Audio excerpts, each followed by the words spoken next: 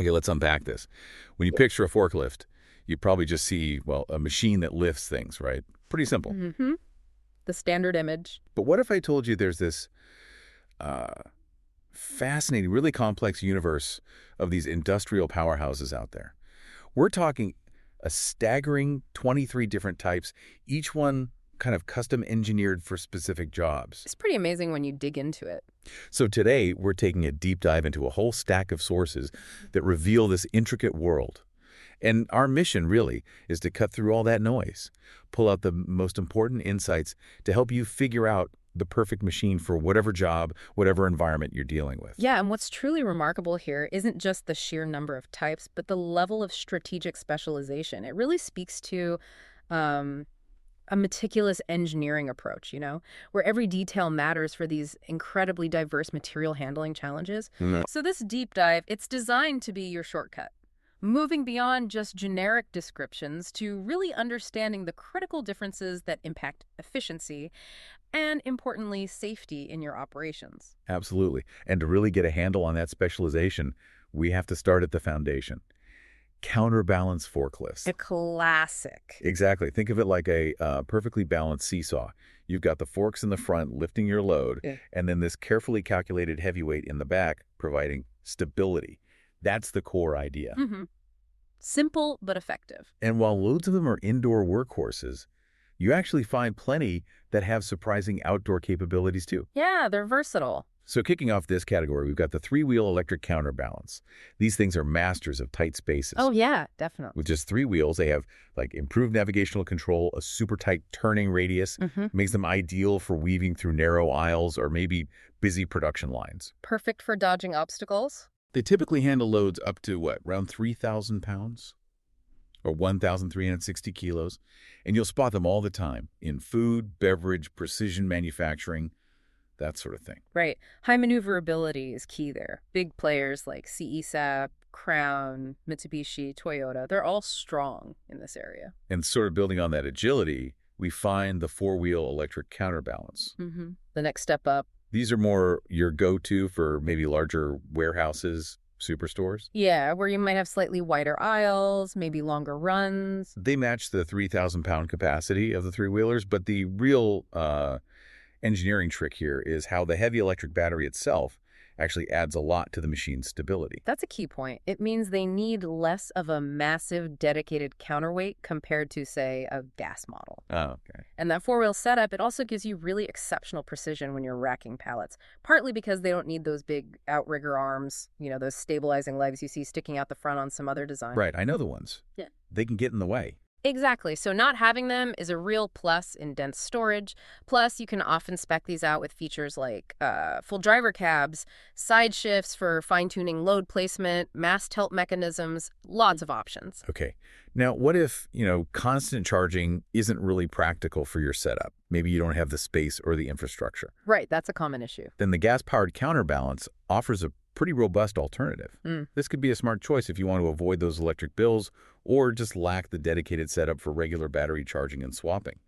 Yeah, the main difference in the design itself is that without that heavy battery contributing weight, they just naturally need a heavier physical counterweight at the back to maintain that crucial balance. Gotcha. So this brings us to, well, a really fundamental dilemma for a lot of businesses, doesn't it? Electric versus gas.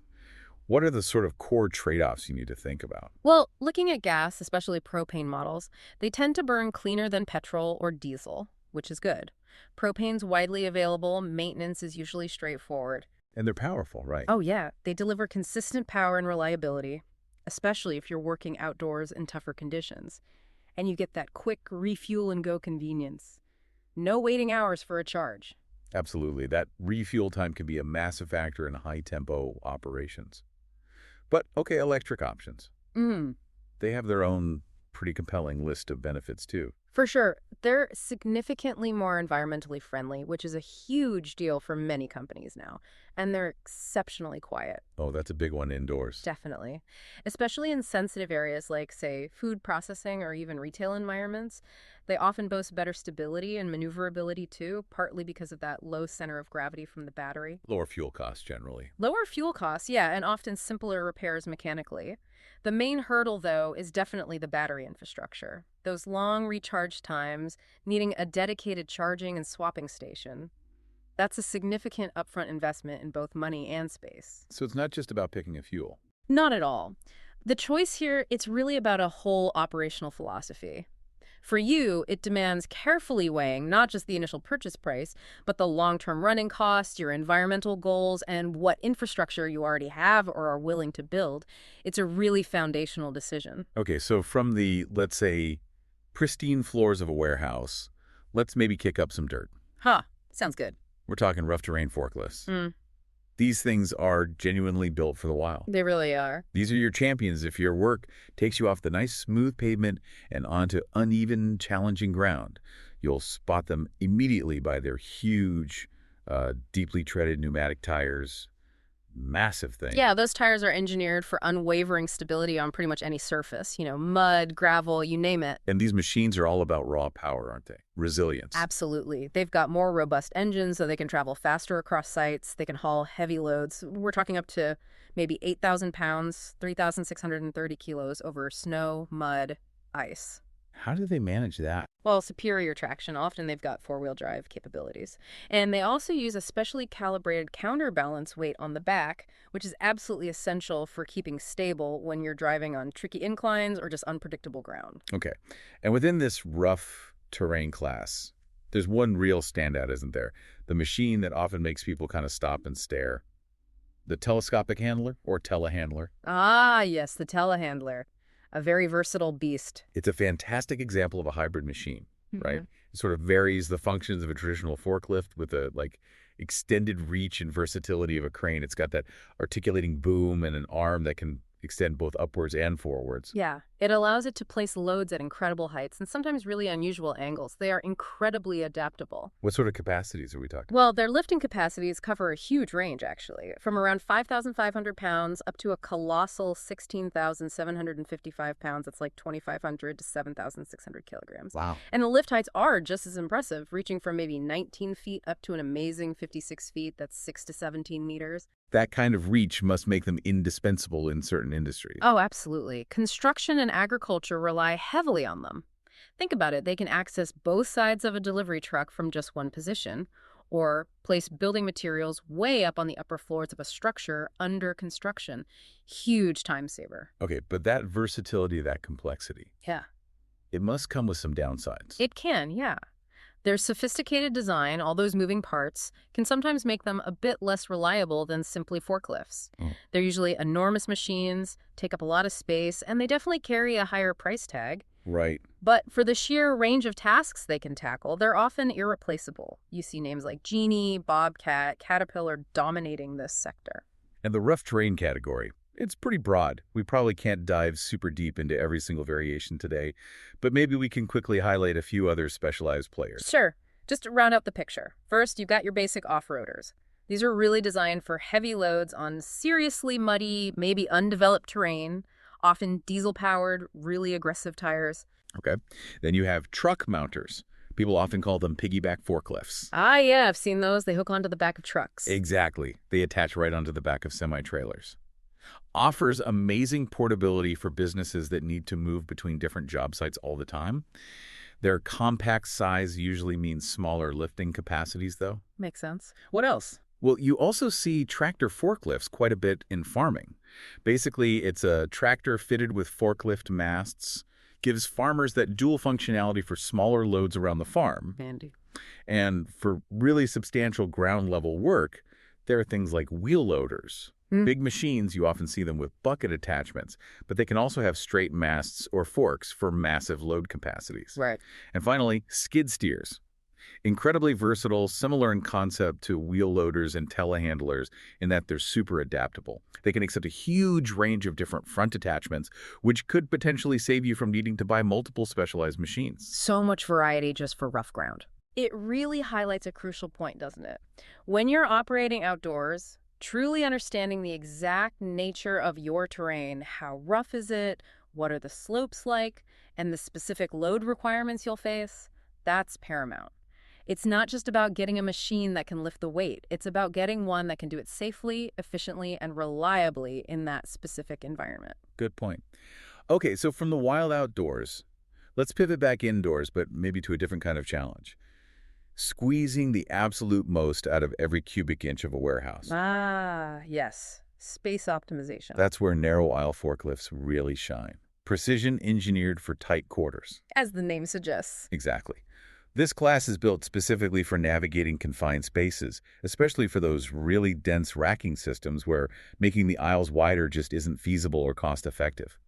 Their key features are usually compact designs, and often the operator has to stand. Right. Standing often gives better visibility in those tight spots and allows for quicker entry and exit. A prime example you'll see everywhere are reach trucks. The backbone of many warehouses. Definitely. Fulfillment centers, high-density warehouses, they're designed specifically for loading pallets way up high in narrow spaces.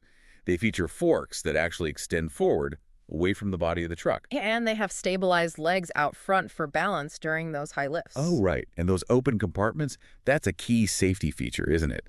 Gives the operator better visibility, which has got to be critical when you're working way up high in a narrow aisle. Absolutely vital.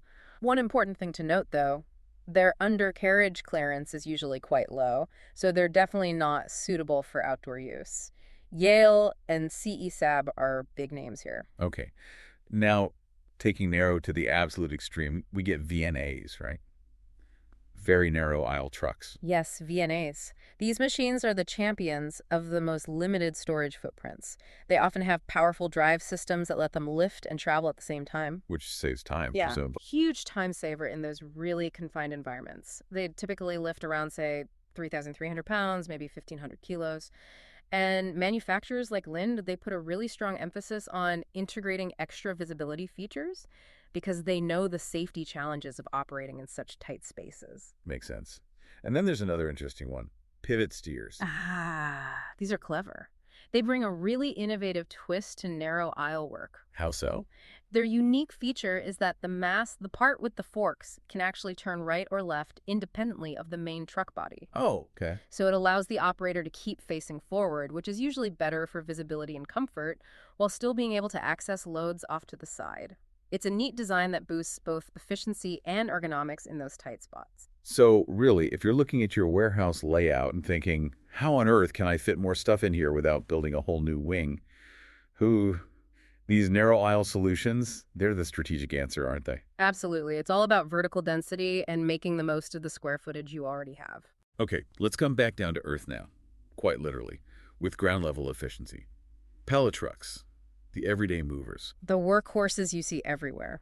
Yeah, unlike a lot of the bigger machines we've discussed, these are typically operator-walked. You steer them with a handle, and they don't have enclosed cabs. Right. Simpler machines for simpler tasks generally. The most basic, the most common, is the hand pallet truck. You see them in every shop, every warehouse, delivery trucks. Ubiquitous. Their operation is dead simple.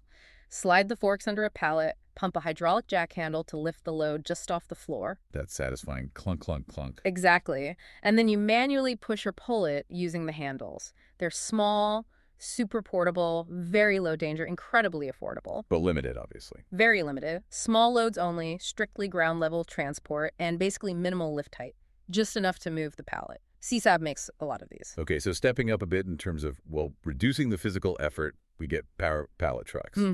The key difference here is adding an electric motor. That motor takes over the lifting, replacing the manual hydraulic pump, and often helps with the moving, too. They still have somewhat limited maneuverability compared to, say, a forklift, but they can handle higher lift capacities than the purely manual ones. And how do you control them? Usually with a paddle or buttons on the handle to lift the forks and direct the truck. And again, these are primarily for indoor use on smooth, level surfaces. Got it. And then there's one more in this sort of category, stacker trucks. Right. Stackers are kind of like a more vertical version of a power pallet truck, often no cab, but the big advantage is they can lift loads much higher. So for shelving. Exactly. Perfect for putting pallets onto racking or shelves. Their design is usually tall and narrow, helps them fit into tighter spaces for that vertical storage. Some models can handle capacities up to maybe 4,000 pounds or a Leifun 810 kilos. And who makes those? You'll see them from brands like CSAB again, Toyota, Hyster, Jungheinrich. Quite a few players. It's interesting, this whole range from pure muscle power to electric assist. It really is.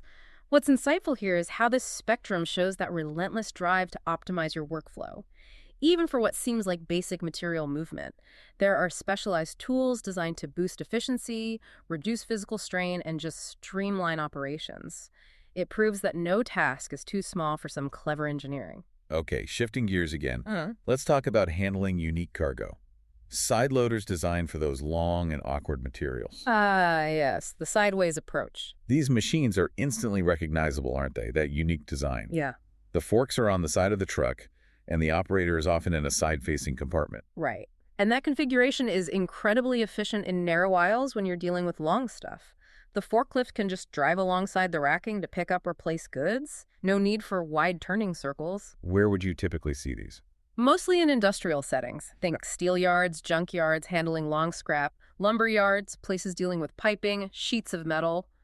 Anywhere, handling unusually long items. Things a normal forklift would really struggle with. Exactly. A conventional front-loading forklift would either struggle to maneuver or just need impractically wide aisles for that kind of material. Side loaders solve that. However, their specialized design means they aren't great for quickly moving multiple standard pallets.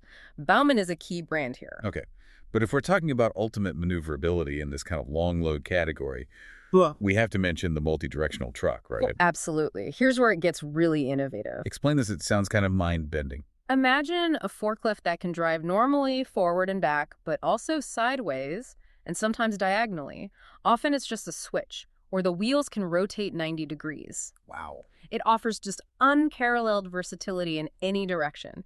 You even see multi-way telescopic forklifts based on this idea. So how does that really change things for businesses dealing with, say, really long pipes or timber? It's completely transformative. Yeah. It means you can handle extremely long loads within incredibly narrow aisles, something totally impossible for other forklifts. Instead of needing huge areas to turn around or doing complex back and forth shuffling, you just glide sideways. You just glide sideways. It drastically cuts down the aisle width needed for storing long goods, which in turn frees up a significant amount of valuable warehouse space. That's a direct cost saving for companies dealing with anything from lumber to long metal extrusions, maybe even aerospace parts. Combilift is, hands down, the most famous producer of these amazing machines. Very cool. And just quickly, with side loaders, you mentioned different cab types. Yeah, generally two main ones. You get the enclosed cab, which is usually for outdoor work. It's got a roof, maybe walls, a proper sit-down seat to protect the operator from weather. Makes sense. And then there's the stand-up cab, usually better for indoors on smooth surfaces. Requires the operator to stand, which often gives better all-around visibility and allows for quick hopping on and off. Okay, got it. Now let's move on to a category where the load isn't always, well, stuff. Sometimes it's people. Right. Lifting people and microloads. Cherry pickers and scissor lifts reaching new heights. Quite literally. Exactly. Let's start with cherry pickers. These are a fantastic solution for manual order picking, aren't they? Yeah, particularly for individual items or smaller cases from high shelves. They allow the operator to be lifted right up to the racks. How high can they go? Often up to around 32 feet, maybe 10 meters. They're essentially a specialized type of power pallet truck and also fit into the narrow aisle category. You primarily see them indoors in high-volume customer order warehouses for picking those smaller individual items directly. And visibility must be key again. Crucial. Their open compartments are designed to give the operator excellent visibility when they're working up high. Genie is a popular manufacturer here, and there's even a variation, swing reach cherry pickers, which can approach pallets from different angles, squeezing even more storage density out of tight aisles. Okay, and then distinct from that, you have scissor lifts. Yes, scissor lifts are widely used in things like construction and facility maintenance. Their main job is specifically to elevate workers, not necessarily materials, though sometimes small tools go up too. Are there different types? Yeah, you'll find specialized terrain scissors with beefier tires for navigating uneven ground outdoors, and slab scissors, which are designed for smooth, flat indoor surfaces like concrete slabs.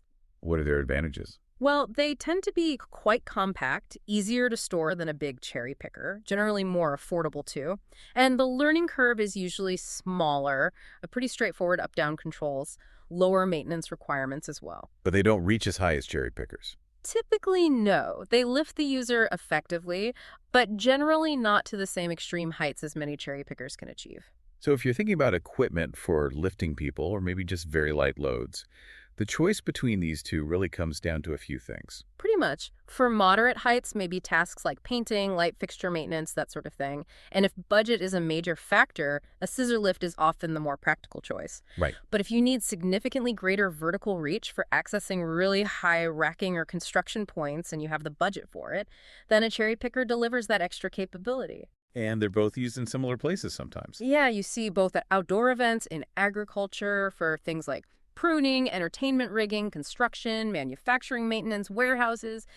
They overlap, but that height limit is really the main differentiator in application. Okay. And this whole topic really brings us squarely to the vital importance of safety, doesn't it? Absolutely. Regardless of which machine it is, having really robust safety protocols in place and ensuring comprehensive training for your team, that's just non-negotiable when you're using any equipment that lifts people off the ground. It's not just about what the machine can do, it's about how safely it can be done every single time. Couldn't agree more. Okay, now let's touch on environments that really push forklifts to their absolute limits. We're talking specialized environments and weather-resistant forklifts built for the extremes. Right, sometimes standard machines just won't cut it. First, you have explosion-proof forklifts. These are an absolute necessity in places where you face a constant risk of explosion. Like where? Think sugar mills with fine dust, ordnance facilities, paint factories with flammable fumes, anywhere with a potentially explosive atmosphere. These machines are meticulously engineered with sealed electrical components, non-sparking metals like bronze for forks and other parts, anything to prevent an ignition source. Critical safety gear in those places. Absolutely life-saving. And then on the other end of the temperature scale, you have cold storage forklifts. For freezer warehouses and the like? Exactly. If your operations are consistently running below freezing, say 0 degrees C or lower, these are vital.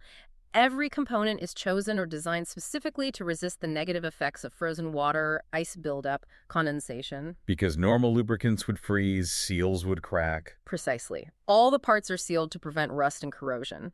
And in really harsh environments, like maybe meat processing plants where there's high salinity from brines, some models even use stainless steel components for extra durability against corrosion. Okay, specialized indeed. Finally, let's wrap up by looking at sheer scale and capacity. Industrial versus warehouse forklifts, comparing the giants to the everyday workhorses. It's about matching the power to the job. Yeah, a really important distinction. An industrial forklift is a true titan. You can almost think of it as a powerful mix, blending aspects of a standard warehouse forklift with the massive lifting capacity you might see in a telehandler, but often in a more traditional forklift form factor. So huge loads. Colossal loads, often up to 30,000 pounds, maybe 13,600 kilograms or even more. And they can usually lift those loads much higher off the ground than a typical warehouse model. But they're not for everyday use. Generally not. They're a significant investment, quite pricey, and have a pretty limited specialized scope. They're reserved for jobs that demand just sheer immense power think in moving large shipping containers around a yard, handling heavy machinery components, that kind of thing. Manitou and Mitsubishi are well-known names in this really heavy-duty space. Okay, and then in stark contrast, you have the warehouse forklift. Your everyday hero, the most common type you'll encounter by far. Visually, yeah, they often look a bit like sturdy golf carts with forks on the front. And capacity, much smaller. They're much smaller, typically around 5,000 pounds, maybe 2,270 kilograms. They're ideally suited for smooth indoor surfaces and environments with lots of inventory movement. They excel at efficiently loading and unloading pallets, transporting items across a busy warehouse floor. The bread and butter of material handling. Exactly. They're widely available, incredibly versatile for most standard indoor tasks. They just don't have the extreme lift heights or the brute force of those big industrial machines. You see brands like CSAB, Komatsu, Hyster, Toyota, everywhere in this segment. So this whole spectrum really underlines something important, doesn't it? Absolutely. It underscores that choosing the correct scale for your operations isn't just about whether it can lift the weight. It directly impacts your operational efficiency, the safety of your team, and your long-term costs. It's really about finding that strategic sweet spot where the machine's capability perfectly aligns with the demands of your specific material handling needs. You want to avoid both overkill, which is expensive and inefficient, and underperformance, which is slow and potentially unsafe. So, wow, we've really taken quite a panoramic deep dive today, haven't we? From those nimble little three-wheel electrics zipping through tight aisles, all the way to the towering telehandlers conquering rough construction sites and those massive industrial forklifts wrestling with huge loads. It's just crystal clear that the world of material handling is far more nuanced, far more strategically specialized than, well, than many of us probably ever realize. It really is. And what does this all mean for you as you try to navigate this pretty complex landscape? The key takeaway is to remember to weigh your specific factors. Your industry, your budget constraints, the precise environment. Is it indoor, outdoor, a mix? How rough is the terrain? How wide are your aisles? What's the skill level of your operators? And what's your preferred fuel type, considering all those pros and cons we discussed? Because there's no single best forklift. Exactly, there isn't. It's always about finding that perfect tailored fit for your unique operational demands and circumstances. One thought that keeps coming back to me when we explore this kind of detail is how this incredible level of refined specialization isn't really unique to forklifts or heavy machinery. What do you mean? Well, it kind of encourages you to think about how applying a similar granular approach, really thinking about the exact tool for the exact task, could potentially revolutionize efficiency in almost any aspect of your work or even your personal life. Like finding the perfect software for a specific workflow or the right kitchen gadget. Precisely. Making even complex tasks feel remarkably effortless, simply because you have the perfectly optimized tool for the job. Think about that. How much more could you achieve? Maybe how much frustration could you avoid?